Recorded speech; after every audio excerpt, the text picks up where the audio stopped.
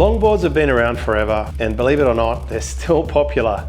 But they're not all created equal, and not all longboards are the same. So today I'm going to take you through 4 different types of longboards, because there's a couple of longboards that if you purchase, you'll probably regret. There are other ones that are only suited to certain conditions, and then there are a couple of typical styles of longboards that will be the most useful. And there's one in particular that was actually a surprise for me that I think is probably the best longboard I've ever purchased, and I'll be sharing that with you today as well. So let's go and have a look at these longboards. First up, I want to show you a typical performance-y nose rider board, and this is a Whitbeer by Warhurst Surfboards. They're up here on the Sunshine Coast of Australia.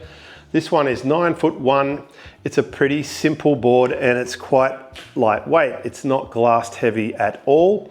You'll notice it has very defined rails. I'll pop that rail there for you. It's got quite fine rails, and in terms of outline, it's wide at the front, pulled in at the tail, giving it an excellent wave range, because you can nose ride this board and stand up the front, or you can get down the tail and it will hold up in quite good waves.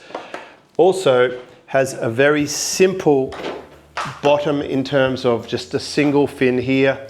I'm using an Ola fin by NVS. This is G10. I've tried a bunch of fins on this board, and this 8.5-inch fin is perfect for this 9'1" board because the tail's quite narrow and because it's a fairly low volume longboard. And when we have a look at the bottom contour, you can see it starts off with this big scooped out concave here. The concave runs all the way to about here. From this point on, it's flat with rolled edges, and then it comes into a V, and it's just a V. And at the end, it's got an enormous amount of rocker, and I'll demonstrate that for you. If I put this straight edge, you can see there's a lot of tail rocker, which means that it's going to turn when it's on the tail, and it can also handle some fairly hollow waves. If we look down the front of the board here, you'll see just how much concave is in the board there. That's this gap here, and that is going to create lift so you can get up on the nose of this board. You can see the rails roll off. They've got quite fine rails on this board. So what's this board suited to?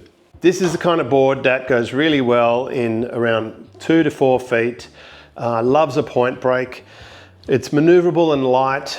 It probably won't last as well as some heavier glass boards. I can already see some little marks on it, like you can see in the cloth here, some little imperfections as it's getting some wear and tear, but it's actually really easy to carry around. So if you happen to be walking around to a point break and you have to go a long distance, it's great.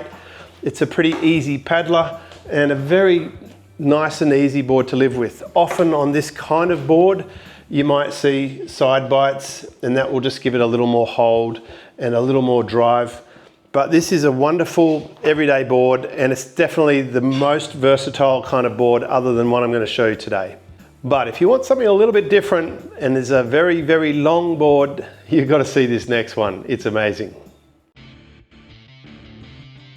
12 by 23 1/4 by 3 3/8 for James. This is a Thomas Surfboard Postie, and it's a glider. So it's 12 feet long. Think about it, it's like 2 short boards long with a glassed in fin, this enormous fin, which you need on a board this big. And have a look at this stringer. I'll just turn this up.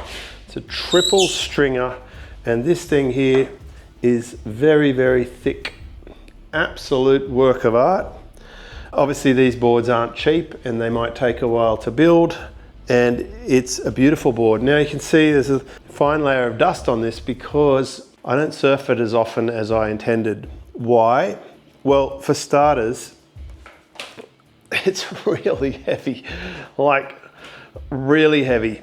And that means I'm not going to be able to put it on my e-bike, and I can't even walk it down to the beach. So it's going to go out to the points when it's 1 feet, and I'm going to have to put it on the roof of the car. So you got to lift it off the wall, you got to put it on the car, and then you have to walk it from the car, if you can get a car spot, to the point, and then paddle out. Paddling out is a dream. I'm 100 kilos almost, and I can kneel paddle this board. It has the most incredible feel. And also if you wanted to take a dog or another person, this board you could tandem, no trouble at all. A little kid perhaps, if you want to go out on a family adventure day. I have ridden this board in very small point conditions and I can paddle out as far as I want. I can get into any wave as wide out as possible. You're kind of into foil sup territory here where you don't have to compete with a short boarder. It also is not a nose riding board. You don't go down too far to the front of this board because if you do,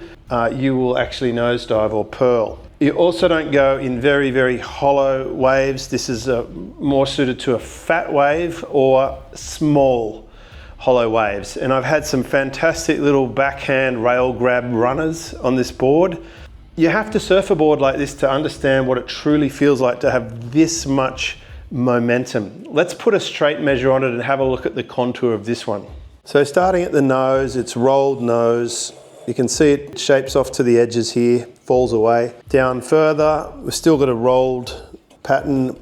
We're starting to still get a little flatter and still it's just got this beautiful little gentle roll. Of course, the roll means that it can turn a little bit and can handle some angle in the wave. Now it's into a V, out the tail. If I put this straight edge here to check the tail rocker, you can see that it's got a little bit of tail rocker, but not too much. An absolute weapon on the biggest, fattest waves you could find, but they have to be fat or they have to be small. But you will out paddle absolutely everybody. If you can get the board from the car, through the car park and into the water. And that is the single biggest objection to this board. It is not user friendly compared to any of the other longboards that I'm sharing with you today. The next board I want to show you is a traditional style board, but to show you I have to take you to my other place. So come on, we'll go for a little trip. Okay, so here we are in the Philippines. And what I've got here is a 4-stringer log. This is a traditional style board, but it's actually one of those cheap ones again. I actually found it in a shop here, which was about half the price of what you would pay for an American style log. These have pinched rails. You can see they're quite fine. So it gives it a good ability to get the edge into the wave when you want to turn. It is very heavy. It's so heavy. It's got 4 stringers. So it's the most stringers I've got in a board. And when I found it at the shop, it had a little bit of damage from the shop. So it was a bit cheaper because of that and I had to do a home repair.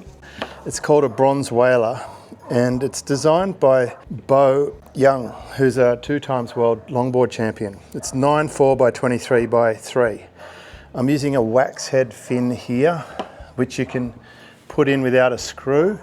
Matt Chinoski makes this thing with FCS and it's a fantastic fin for a big chunky board. And you can see it's a diamond tail. Interestingly, it's starting to go yellow on the end and I think it's just the heat here in the Philippines. And it's got that little wooden detail. But how does it surf? Well, it's very flat rocketed. It's supposedly got a mild single concave into V, but I reckon it's almost dead flat. So it paddles well and it glides into waves well, but it's so heavy. It's really heavy to take to the water. It's heavy when you're on the wave to turn it. So it's fine in sort of ankle high to 1 foot waves, but as soon as the waves get to 1 foot plus, then I'm taking a different board. If you want me to make a video about my Philippines quiver, then I'll make you one of those. But I would basically rather any of the other boards I've shown you in this video, but most importantly, the next one. The next board is the board I would have if I could only have one longboard. And that brings me to the final board. This is a Keo Cheetah. Now, if the name Keo means something to you, it's because it's been around for a long time. It's a multi-generational brand. McTavish used to ride these things when he had the fantastic plastic V bottoms. It's a brand steeped in tradition, but master craftsmanship. This board might look similar to the first board in terms of a wideish nose and a pulled in tail, but that's where the similarities end. What you'll see is the other side, sure, it's still got a single fin, but this is a different type of board. It's called a speed shape. and it doesn't have a concave in the nose. And for some people thinking, oh gosh, a 9-foot board with no concave, you can't nose ride it, but they'd be wrong. You still can, but it's not really designed for that. It's just the most versatile longboard that you could have in the quiver, because you can ride this in small waves and very big waves. And we'll just put a flat edge on it and get a feel for it. You'll notice that the nose here has a rolled entry, and then as we come a little further back, it flattens out. And when we get to here, we have a double concave happening, but the stringer is sitting further out than the rail. So it's a V double concave. This is exactly like the modern trend that we're seeing on boards now, where the stringer sits lower than the rail, but there's a double concave through this board. And I think that's the magic of this board. And then we go into more of a standard V, into a V, and then V out the tail. And if I put the flat edge on here, you can see that it has a fair bit of tail rocker, which means it can handle those good waves, that it turns very well on the tail. I've ridden this Keo Cheetah so many times. I've had a chance to try lots of fins, from 8.5 inch up to 10.5 inch fins. The fin that works the best is the fin the shaper told me works the best, and he's right, because he has a young team rider who takes on all sorts of conditions, and it's the FCS Connect 9.0. The best thing about this fin is, especially if you travel, you just pop it in and you're good to go.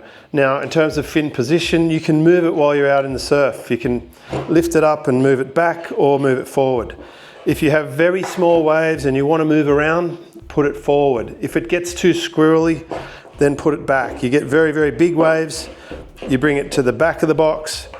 It'll give you more stability, less squirrely, but it won't turn in as tight an arc. I've found for this board, it wants to be right in the middle of the fin box, somewhere around there. This is the perfect fin for this board. Enjoy. This is a magic board, and I don't say this about every board, but there's a reason why I've ridden this board dozens of times, and it's holding up well. Let's just have a look. You can see that this wax has been used a lot, but it is still robust. It's got a beautifully crafted stringer here. I think it might be cedar by the look of it. It has a good weight about it. It's not too heavy, and it's not light. It's not as lightly glassed as the first board. It's not as heavily glassed as the one I just showed you. It has a more pulled in nose and a more pulled in tail than a typical nose rider. And of course, having this rounded pin, or this pinny tail, it can handle really big waves. The best surfs I've had on this, 430 meter wave. It's cracking nearly 30 kilometers an hour. I've ridden it in tiny sloppy crap when I've taken it as a travel board to Crescent Head. I've ridden it out at nationals and granites in really big 6-7+ feet, and it loves it. This is hands down my absolute favorite longboard. If you're going to have a longboard in the quiver, let's just recap. It could be a performance style nose rider board. They're very popular and they make sense, but I do have a friend who's snapped about 10 of them. They're a bit fragile. It could be a glider, but only if you live near the water and you like very small waves. It could be a 60s style, beefy, heavy nose rider, but they're not going to give you the flexibility and fun rides that you can experience on a board like this. If you get a speed-shaped longboard, you can still get down the front. You can surf it in small and big waves.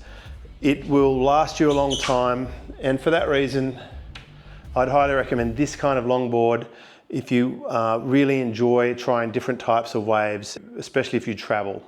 The thing I love about longboards is they force you to be a better surfer. You have to use the energy in the wave. It is quite difficult to nose ride, and when you can, it gives you that elegant surfing style that is a real kickback to decades and decades ago. I'm still trying to figure it out, but I do enjoy the glide that comes from a longboard, and it also really opens up very small conditions to being able to paddle easily, have more fun, get a bigger smile. If you get the right longboard, then you're going to have a really great adventure. So good luck in your longboard journey. Have you ridden a longboard? Do you currently ride a longboard? What's your favorite style longboard, please post below this video. I'd love to see your comments.